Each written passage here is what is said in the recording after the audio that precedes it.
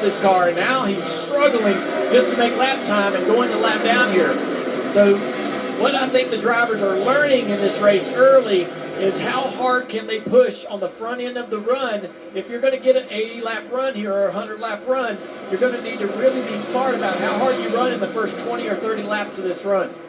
And it's a mix of strategy and speed, but the 19 car is moving through the field. And as we mentioned the word strategy, now you got to start thinking about stage 2 when you make that pit stop. Yeah, 72 lap run right here, 102 laps to go. I imagine most guys are going to want to split it in the middle. What I will say, it takes a lot of time to come to pit road here. You're going to lose about 35 or 40 seconds to the leader, 40 I think, so about a lap and a half, nearly 2 laps.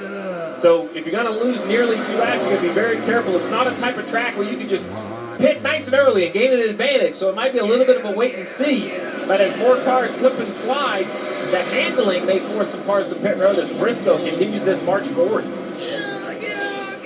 That was a long answer to say about 15 laps, Adam, because you just stared at me like I was looking for a number. You wanted a number, so I'll give it to you. Well, it helps the viewing audience when you give those numbers. And if I'm being honest, me too. Briscoe is by far so far the best car so far. You know, we're talking about the drive to the field for Briscoe. A couple of cars back behind him. Blaney is 6th. You wanted to answer, Adam, so did the truck, because they want to go to commercial, and I wouldn't let them know when the pit stops were coming. Let's get that in now. Okay. Pit stops are coming up. You're watching NASCAR on A TNT. lot of them get up for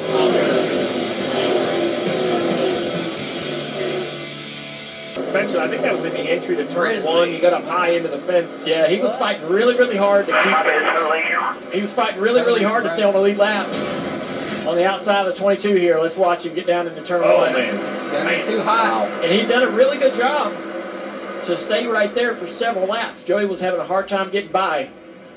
But you're pushing hard, you're pushing harder than your car wants to go, asking it to do things it doesn't want to do. William Byron on pit road. It's going to be a real kind of eye dropper of strategy here. A couple cars every lap over the next 25 or 30 laps.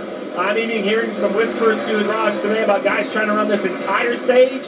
The fear is that what is the unknown? At lap 125, 130, do these rear tires just give up the ghost completely? Now you've run long and you don't have an advantage. So a lot of different theories to a track that we have very little experience at. Well, you know, Allmendinger had the problem, was 21st. He goes a lap down. Byron was the last car on the lead lap in 20th when he made that green flag pit stop. Yeah, so now Byron needs to find his way back around the leader to get one of those laps back. He's going to do it in a hurry as you see him going by the 19 up the front stretch, right? So the 22, as you see on the upper left, he's on the middle of the back stretch. Byron is about a half a lap behind. That's to be 2 laps down. So he is 2 laps down from a green flag pit stop. Byron's teammate Chase Elliott making a pit stop. Adam showed a lot of strength in the middle of that run, got up to 2nd, and at the end of the run, Chase said, I just can't finish the corner. It feels like the right rear is too pumped up. Steve mentioned that, and those teams considering running this entire stage out. Among them, Carson Hocevar. They're debating it right now. They're in 6th. 84 laps to go, so if you're going to run the whole thing, you got a long way to go. The 19 of Briscoe, Danielle. Chase Briscoe is in. He was running 3rd when he came in for this stop. They told him manage the throttle on exit. This Toyota, one of the fastest in the Gibbs camp. Remember, all that track position they made up started 30th tonight. He's down and away. Just a reminder, once again, you know, the problem is it's about, this is the problem. Big stack up. Looks like cars are maybe trying to come to pit road. The 45 of Reddick, 48 of Bowman involved. Oh, you think about Byron and those cars, Chase Elliott, that were on pit road. This is going to be a huge problem for their night. You don't want to speculate, but we talked about sightlines.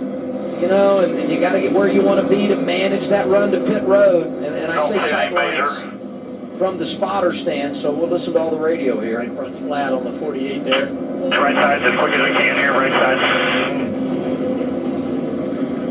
Bowman's so good here in the All-Star race last spring. Got a couple of wins on his resume when you talk about short tracks at NASCAR's top level. Inside the top 15, 12th and 13th, and we're going to see the 4 exiting pit lane up on the racetrack, but everything's going 5. Oh, the 48's trying to get to pit road. Yes, sir. 48's coming from the top lane across traffic, gets caught by the 45. Contact right there with the inside wall, but yeah, that was just Reddick has to say about that. Yeah. Here you go. Top of your screen. Just a 48, just turns across. It's simple as that. Yeah. I know the 48's trying to come, but it's your responsibility. You just can't exit from the fast lane. And he's on the top of the racetrack turning left across the 45. Reddick has no idea. We haven't had green flag pit stops at North Wilkesboro in 30 years. So I don't know that these guys knew exactly what to do. And there's a 7 car of Yeah, he was stuck, so he was